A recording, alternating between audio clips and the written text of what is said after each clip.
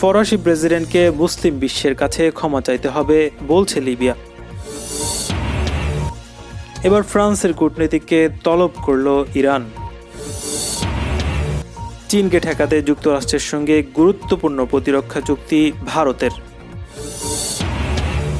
এবার ডাচ এমপির বিরুদ্ধে এরদোগানের মামলা।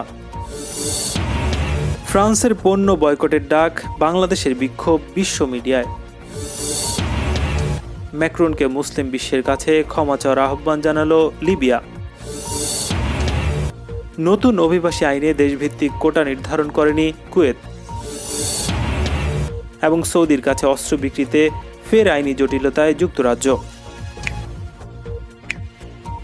মুসলিমদের ধর্মীয় অনুভূতিতে আঘাত দেয় ফ্রান্সের প্রেসিডেন্ট ইমানুয়েল ম্যাক্রোকে বিশ্ব মুসলিমের কাছে ক্ষমা চাওয়ার আহ্বান জানিয়েছে লিবিয়ার জাতীয় ঐক্যমত্যের সরকার। মহানবী হজরত মুহাম্মদ সাল্লাল্লাহু অবমাননা করে দেয়া বক্তব্যের তীব্র নিন্দা জানিয়েছে দেশটি। সোমবার লিবিয়ার পররাষ্ট্র মন্ত্রণালয়ের মুখপাত্র মোহাম্মদ আল কাবলাবি বলেছেন, রাজনৈতিক ফায়দা হাসিলের লক্ষ্যে ম্যাক্রো এ ধরনের বক্তব্য দিয়েছেন। ইসলাম অবমাননাকর বক্তব্যে তার প্রতি মানুষের ঘৃণা বেড়েছে। ইউরোপীয় মানবাধিকার আদালতের পক্ষ থেকে 2018 সালে দেয়া এক রায়ের কথা উল্লেখ করে লিবিয়ার এই মুখপাত্র বলেন, ইসলামের নবী সাল্লাল্লাহু অবমাননা বাক স্বাধীনতার মধ্যে পড়ে না। উস্কানিমূলক বক্তব্য প্রত্যাহার করে বিশ্ব মুসলিমের কাছে নিঃশর্ত ক্ষমা প্রার্থনা করার জন্য ম্যাক্রোর প্রতি আহ্বান জানান তিনি। গত বুধবার খুন হওয়া ফরাসি শিক্ষক স্যামুয়েল প্যাটিকে সম্মান জানাতে এক অনুষ্ঠানে যোগ দিয়ে ম্যাক্রো বলেন, ইসলাম ধর্ম ও বিশ্বনবী হজরত মুহাম্মদ সাল্লাল্লাহু নিয়ে ব্যঙ্গচিত্র প্রদর্শন বন্ধ করা হবে না বলে সাফ জানিয়ে দেন। এরপরে ফ্রান্সের মুসলিমরা ম্যাক্রোর বিরুদ্ধে অভিযোগ তোলেন, তাদের ধর্মকে দমন করা ও ইসলাম ফোবিয়াকে বৈধতা দিতে চেষ্টা করছেন তিনি। ম্যাক্রোর এমন বিতর্কিত মন্তব্যের পরেই তুরস্ক এবং পাকিস্তান সহ বেশ কয়েকটি আরব দেশ নিন্দা জানিয়েছে। এদিকে তুর্কি প্রেসিডেন্ট এরদোগান বলেছেন, ফ্রান্সের প্রেসিডেন্টের মানসিক স্বাস্থ্যের চিকিৎসা দরকার। বিশ্বনবী হজরত মুহাম্মদ সাল্লাল্লাহু নিয়ে ব্যঙ্গ করে কার্টুন প্রকাশের প্রতিবাদে ফরাসি কূটনীতিককে তলব করেছে ইরান। মঙ্গলবার রাষ্ট্রীয় প্রচার মাধ্যম IRIB জানিয়েছে, তেহরানের পররাষ্ট্র মন্ত্রণালয় দেশটিতে নিযুক্ত ফ্রান্সের চার্লস ডি অ্যাফেয়ার্সকে তলব করে। সামাজিক যোগাযোগ মাধ্যমে নিউজফিডে IRIB জানিয়েছে, সোমবার মন্ত্রণালয়ের পক্ষ থেকে কূটনৈতিক পর্যায়ে বৈঠকে যে কোনো ব্যক্তি তাদের অবস্থান থেকে ইসলামের বিশ্বনবীকে অসম্মান ও যে কোনো ধরনের অবমাননা প্রত্যাখ্যান করা হয়েছে। ইসলাম ও বিশ্বনবীকে নিয়ে ফ্রান্সের প্রেসিডেন্ট ইমানুয়েল ম্যাক্রোর স্পর্শকাতর বক্তব্যের পরে বিভিন্ন দেশ তাদের প্রতিক্রিয়া জানিয়েছে। ইসলাম ধর্ম ও বিশ্বনবী হজরত মুহাম্মদ সাল্লাল্লাহু আলাইহি নিয়ে ব্যঙ্গচিত্র প্রদর্শন বন্ধ করা হবে না বলে সাফ জানিয়ে দিয়েছেন ফ্রান্সের প্রেসিডেন্ট ইমানুয়েল ম্যাক্রো। বিশ্বনবীকে নিয়ে একটি বিতর্কিত কার্টুন দেখানোর জেরে খুন হওয়া ফরাসি শিক্ষক স্যামুয়েল প্যাটিকে সম্মান জানাতে এক অনুষ্ঠানে যোগ দিয়ে সম্প্রতি ম্যাক্রো কথা বলেছেন। সময়ে নয়াদিল্লির পাশে থাকবে ওয়াশিংটন। ভারতের পাশে থাকার বার্তা দিয়ে মার্কিন পররাষ্ট্রমন্ত্রী মাইক পম্পেও এমনই ঘোষণা দিয়েছেন। মঙ্গলবার দিল্লিতে দুই দেশের মধ্যে সামরিক চুক্তি স্বাক্ষর করে ভারত ও যুক্তরাষ্ট্র। স্পর্শকাতর স্যাটেলাইট তথ্য ভাগাভাগি করতে চুক্তিটি গুরুত্বপূর্ণ বলে বিবেচনা করা হচ্ছে। এই চুক্তির মাধ্যমে এশিয়া অঞ্চলে চীনের প্রভাব মোকাবিলায় ভারত ও যুক্তরাষ্ট্র নিজেদের মধ্যে সম্পর্ক আরও দৃঢ় করতে চাইছে বলে বিশেষজ্ঞরা মনে করছেন। এদিন প্রতিরক্ষা ও সামরিক ক্ষেত্রে দুদেশের মধ্যে পারস্পরিক সহযোগিতা বাড়াতে 2+2 বৈঠকে অংশ নেয় দুই দেশ। বৈঠকে যোগ দিতে সোমবার পম্পেওর সঙ্গে ভারত এসেছেন মার্কিন প্রতিরক্ষামন্ত্রী মার্ক এসপার। ভারতের পক্ষে পররাষ্ট্রমন্ত্রী এস জয়শঙ্কর এবং প্রতিরক্ষামন্ত্রী রাজনাথ সিং এর সঙ্গে বৈঠকের পর যৌথ সাংবাদিক সম্মেলনে পম্পেও বলেন, সার্বভৌমত্ব ও স্বাধীনতা রক্ষায় যুক্তরাষ্ট্র সবসময় ভারতের পাশে থাকবে। বিভিন্ন ক্ষেত্রে আমাদের পারস্পরিক দ্বিপাক্ষিক সম্পর্ক প্রসারিত করতে আমরা একসঙ্গে কাজ করে যাব। জয়শঙ্কর বলেন, গত 2 দশকে আমাদের মধ্যে দ্বিপক্ষীয় সম্পর্ক অবিচলভাবে বস্তুগত, বাস্তবসম্মত এবং তাৎপর্যপূর্ণ অবস্থানের দিকে অগ্রসর হয়েছে। নতুন চুক্তির ফলে দুই দেশ এখন জাতীয় নিরাপত্তার বিষয়ে আরও ঘনিষ্ঠভাবে কাজ করতে পারবেও বলেও জানান তিনি। Basic exchange and cooperation agreement and geopolitical cooperation নামের এই চুক্তি যুক্তরাষ্ট্র তাদের অল্প কয়েকটি ঘনিষ্ঠ সহযোগীর সঙ্গে স্বাক্ষর করেছে। ডানপন্থী ডাচ এমপি গের্ট ওয়াল্ডার্সের বিরুদ্ধে মামলা করেছেন তুরস্কের প্রেসিডেন্ট রিসেপ তাইয়েপ এরদোগান। টুইটে অপমানজনক মন্তব্য করায় মঙ্গলবার তার বিরুদ্ধে এ মামলা করা হয়। তুর্কি রাষ্ট্রীয় সংবাদ মাধ্যম আনাদোলু এজেন্সি জানিয়েছে, ওয়াল্ডার্স এরদোগানকে উদ্দেশ্য করে অপমানজনক মন্তব্য করায় প্রেসিডেন্টের আইনজীবী হুসেন আইন এ মামলা করেছেন। আঙ্কারার চিফ পাবলিক প্রসিকিউটর অফিসে অপরাধমূলক অভিযোগটি দায়ের করা হয়। অভিযোগে বলা হয়, সন্দেহভাজন উইল্ডার্স আমাদের প্রথম নির্বাচিত প্রেসিডেন্টকে উদ্দেশ্য করেই কন্টেন্ট প্রকাশ করে। সেখানে আমাদের প্রেসিডেন্টের সম্মান ও মর্যাদার বিরুদ্ধে অপমানজনক শব্দ ব্যবহার করা হয়েছে। তার ব্যক্তিত্ব, মর্যাদা, খ্যাতিকে উদ্দেশ্য করে প্রকাশ্যে অপরাধ করেছে। এর আগে রোববার পশ্চিম মালাটিয়া প্রদেশে নিজ দল একে পার্টির সভায় ওয়াইল্ডার্সকে ফ্যাসিস্ট বলে আখ্যায়িত করেন এরদোগান। তিনি বলেন, ফ্যাসিজম আমাদের বইয়ে নেই, এটি আপনার বইয়ে আছে। আমাদের বইয়ে সামাজিক ন্যায় বিচার আছে। ওয়াইল্ডার্স ইসলাম বিরোধী অবস্থান নেন এবং টুইটারে তুর্কি প্রেসিডেন্টের অপমানজনক ব্যঙ্গচিত্র শেয়ার করেন। এরপরই তুরস্কের পররাষ্ট্রমন্ত্রী মেভলুত কাভাসোগলু অন্যান্য কর্মকর্তারা নিন্দা জানান। বিশ্বনবী হজরত মুহাম্মদ সাল্লাল্লাহু অবমাননার প্রতিবাদে ফ্রান্সের পণ্য বয়কটের ডাক দিয়েছে বিশ্বের তৃতীয় বৃহত্তম মুসলিম প্রধান দেশ বাংলাদেশ।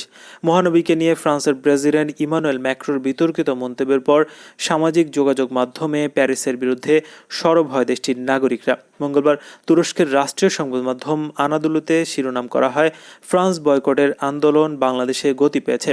ফ্রান্সের সংবাদ মাধ্যম ফ্রান্স 24 শিরোনাম করেছে, বিশ্বনবীর ব্যঙ্গচিত্র প্রকাশের প্রতিবাদে 10,000-এর বেশি বিক্ষোভকারী ফ্রান্সের পণ্য বয়কটের আহ্বান জানিয়েছে। কাতার ভিত্তিক সংবাদ মাধ্যম আল জাজিরা শিরোনাম করছে, হাজার হাজার বিক্ষোভকারী বাংলাদেশে ফ্রান্সের পণ্য বয়কটের আহ্বান জানিয়েছে। 2015 সালে ফ্রান্সের শার্লি হেবদোতে ব্যঙ্গচিত্র প্রকাশ করা হয়। পরে এটি আবার আলোচনায় আসে ফরাসি শিক্ষক স্যামুয়েল প্যাটির হাত ধরে। ওই শিক্ষক ক্লাসরুমে নবীজির ব্যঙ্গচিত্র প্রদর্শন করেন।